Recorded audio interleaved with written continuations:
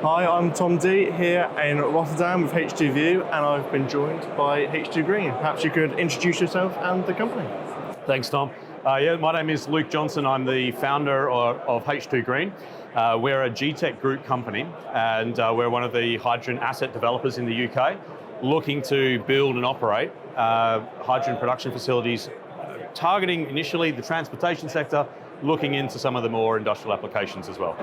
So how long is it that you've been operating in the UK for? Well, we founded the company about 2 years ago. A year later, we had sold it into GTEC, which is an AIM-listed business in London that's very heavily involved in the energy transition space. So GTEC brands extend across geothermal, strategic minerals, beyond their original base in petroleum.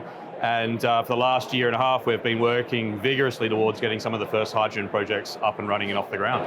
Okay, so what are some of these projects that you're currently involved in? So we have two projects that we've currently announced. One of them is based in Shoreham, in the south of the island of Great Britain. That's on the port with collaboration with the Port Authority itself, looking to create a green energy hub down there that will service the 800 or so HGVs and 100 or so heavy goods forklifts that are down there. And that's coming to the point where we'll look towards FID early next year. Beyond that, we're at the other end of the island, up in Inverness. We've been looking at building a production facility in Inverness, and that will be primarily targeting some of the hydrogen rail to start with. And that's led on to a really exciting agreement that we have with the Highlands Council to then extend that across the region to potentially create one of Britain's first entirely green hydrogen networks. So it sounds exciting. So how can you see this helping decarbonise the industry and HGV sector? Well, I think the decarbonisation is all a matter of everyone trying to make the same sort of leap at the same time.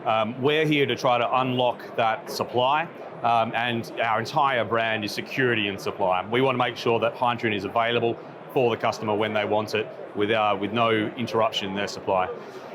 We're working very closely alongside the industry there to help them mature their decarbonisation plans, and working hand in glove, I think we see a really great opportunity here to not only get a head start in some of that decarbonisation, but also potentially looking at some opportunities there to stimulate some of the hydrogen economy growth in supply chain within Britain as well.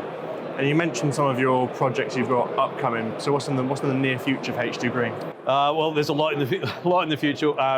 We haven't announced too much beyond that. We have been talking a little bit throughout the conference today and yesterday about how we're starting to look towards the Benelux region. So we'll be looking forward to work a little bit more on this side of the channel as well. But beyond that, we are building a very large portfolio across the UK with an aim of having a hydrogen production hub in every major town and centre by 2035. And on the theme of the conference here, how have you found the summit and exhibition itself?